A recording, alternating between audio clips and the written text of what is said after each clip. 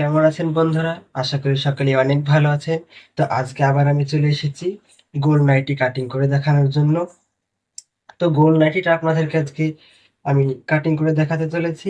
তো গোল নাইটির ক্ষেত্রে কিভাবে কাটিং করতে হয়, কতটুকু মাপ নিতে হয়, কোথায় কত মাপ নিতে হয়, সমস্ত কিছু আজকে এই ভিডিওর মাধ্যমে আপনাদেরকে দেখাতে চলেছি। এবং গোল নাইটির ক্ষেত্রে পুট কেন ঝুলে যায় এবং বডিতে কেন কষিল হয় এবং সমস্ত রকমের যেই খুঁটিনাটি যে সমস্যাগুলো হয় সেই সমস্যার সমাধানও আজকে করে দেব। তো চলুন আমরা ভিডিওটা শুরু করি। তো আপনাদের কাছে একটি রিকোয়েস্ট, ভিডিওটা আপনারা স্কিপ না করে প্রথম থেকে শেষ পর্যন্ত মনোযোগ সহকারে দেখবেন। অবশ্যই আপনারা একটু বুঝতে পারবেন। চলুন শুরু করি। তো প্রথমে আমি ছিটটাকে ৪ ভাঁজে ভাঁজ করে নেব। তো এবার আমি সেটটাকে ৪ ভাঁজে ভাঁজ করে নিয়েছি। সাইডে আছে খোলা সাইড।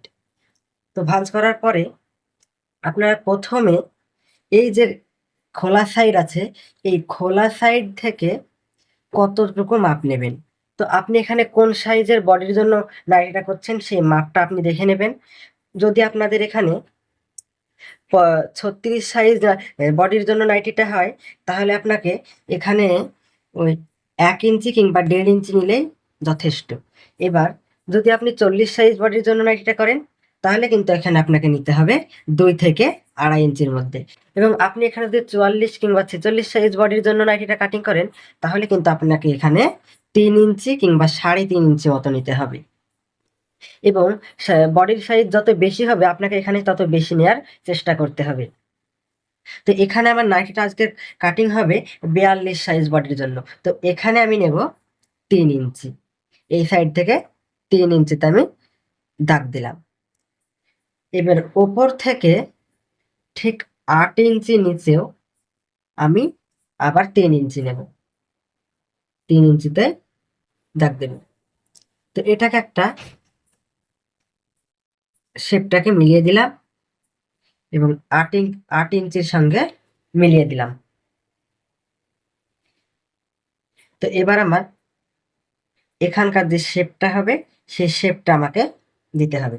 তো এখানে এই যে এটা আছে দাগটা, এখান থেকে ১ ইঞ্চি মতো উপরে আমি একটা দাগ দেব এবং এই দাগের সঙ্গে এই দাগকে এইভাবে মিলিয়ে দেব। তো মিলিয়ে দিলাম। এবার এখান থেকে এই দাগ থেকে আমরা এখানে নেব ৪ ইঞ্চি। তো পুটটা আমার থাকবে ৩ ইঞ্চি এবং আমি ১ ইঞ্চি ২ দিকে সেলাইয়ের জন্য কমে যাবে। তো এখানে আমি ৪ ইঞ্চি নিচ্ছি এবং এখান থেকে ওপর থেকে ঠিক ৬ ইঞ্চি নিচেও আমি কিন্তু আবার এখান থেকে ৪ ইঞ্চি নেব। তো এই দাগটাকে এবার মিলিয়ে দেব এবং এখান থেকে যে ৬ ইঞ্চি নিয়েছিলাম এবং এখানেও কিন্তু আমি ৬ ইঞ্চি নেব। ৬ ইঞ্চি নিলাম, এবার এই দাগটাকে মিলিয়ে দেব।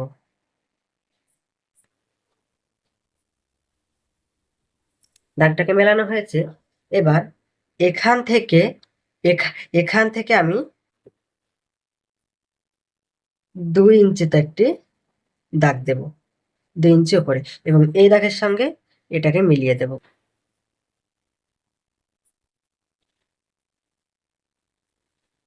তো দেখুন এখানে আমি দাগটা মিলিয়ে দিয়েছি। এবার আপনারা যে গোল নাইটির ক্ষেত্রে আপনারা সকলেই জানেন কুচি হয়, তো সেই কুচিটা কোথা থেকে কোথা পর্যন্ত হবে? এই উপর থেকে ঠিক ৫.৫ ইঞ্চি নিচে এখানে একটা চিহ্ন দিয়ে নেবেন। তো এখান থেকে কিন্তু কুচিটা শুরু হবে। তো এখানে আমার গলার শেপ দেয়া হয়ে গেছে এবং মহলের শেপটাও কিন্তু দেয়া হয়ে গেছে। তো এবার নাইটিটা প্রথমে কাটিং করার সময় আপনাদের নিচ থেকে, মানে নাইটির নিচ থেকে ১ ইঞ্চি চওড়া করে গলার জন্য পটি কাটিং করে নিতে হবে। তো আমি এখানে দেখুন প্রথমেই কাটিং করে নিয়েছি এটা ১ ইঞ্চি চওড়া করে। তো আমার এখানে জায়গা কমের অভাবে আমি আপনাদেরকে পুরোটা দেখাতে পারলাম না। তো নাইটির ক্ষেত্রে, গোল নাইটির ক্ষেত্রে যা ঝুল হবে তার থেকে আপনারা ৩ ইঞ্চি এক্সট্রা নেবেন। কারণ সেটা সেলাই আপনাদের কমে যাবে এবং পরবর্তীতে যদি নাইটিটা একটু ছোট হয়ে যায়, বড় করার জন্য সেটা রেখে দেবেন। তো এখানে গলাটা আমার হয়েছে শেপ দেওয়া এবং এটাও শেপ দেওয়া হয়ে গেছে। তো এটা এবার আমি কাটিং করে নেব।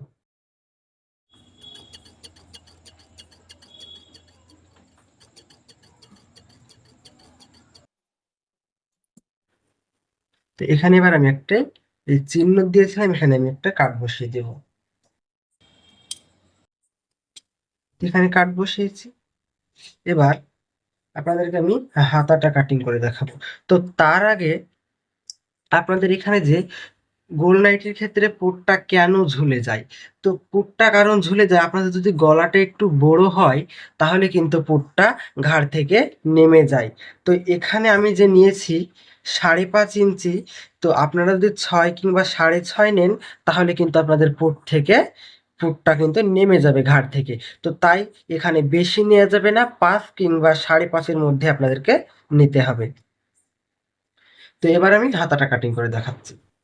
এই যে দেখেন যে ছিটটুকু বেরিয়েছিল, সেই ছিটটুকু দিয়েই কিন্তু আমাকে হাতা কাটিং করতে হবে। কারণ এখানে গোল নাইটির ক্ষেত্রে অন্য কোনো জায়গা থেকে কিন্তু ছিট বেরোয় না, এবং আপনারা যদি নাইটির পিস দিয়ে নাইটি কাটিং করেন তাহলে কিন্তু আপনাদেরকে গলা থেকে হাতটা বের করতে হবে। কারণ নাইটির পিচে আপনাদের নিচ থেকে হাতা বের করার মতন ছিট কিন্তু পাওয়া যায় না। তো এটা দিয়ে আমি হাতা কাটিং করবো এবার। তো হাতার ঝুলটা এখানে আমার আছে 6 ইঞ্চি। তো হাতার ঝুলটা আমার থাকবে 5 ইঞ্চি, 1 ইঞ্চি সেলাইয়ে কমে যাবে। তো এবার এখান থেকে এই এটা আমার দেখুন জোড়া সাইড আছে এবং এটা খোলা সাইড। তো এখান থেকে আপনাদেরকে 3 ইঞ্চি কিংবা 3.5 ইঞ্চি নিতে হবে। তো এখানে আমি 3.5 ইঞ্চি নিচ্ছি। তো এখানে একটি দাগ দেবেন। এই দাগটাকে এবার উপরের সঙ্গে মিলিয়ে দিতে হবে। তো এটাকে মিলিয়ে দিয়েছি। এবার এটাকে শেপ দিয়ে নিতে হবে। দেখুন এইভাবে আপনারা আলতো হাতে আস্তে আস্তে শেপটা দিয়ে নেবেন, তাহলে শেপটা খুব ভালো হবে। এবার এখানে নিতে হবে আমাকে হাতার মাপটা। তো যার যত হাতা হবে, হাতের মাপ হবে, সেই মাপ অনুযায়ী আপনারা এখানে নেবেন। তো এখানে আছে আমার হাত 12। তো 12 এর অর্ধেক হচ্ছে 6 এবং আমি এক্সট্রা 1.5 ইঞ্চি ভেতরে রেখে দেব। তো 6 ইঞ্চি দাগ দিলাম এবং আমি 7.5 দাগ দেবো, 1.5 ইঞ্চি এক্সট্রা নিলাম। তো এই দাগটাকে এবার এটার সঙ্গে মিলিয়ে দেব।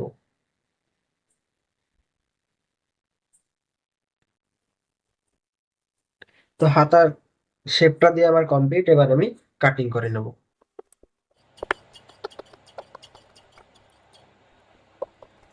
এবার হাতার এইখানটা একটি আপনার কাট বসিয়ে দিবেন, কারণ এখান থেকে হাতাটা মিডিল থেকে লাগালে কিন্তু আপনাদের ভালো হয় হাতা লাগানো।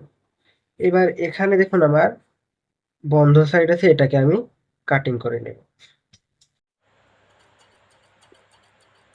তো এখানে আমার হাতাটাও কাটিং করা হয়ে গেছে। তো আপনাদের কোথাও বুঝতে অসুবিধা হলে আপনারা কমেন্ট করে জানাবেন, সেই সমস্যার সমাধান আমি করে দেওয়ার চেষ্টা করব।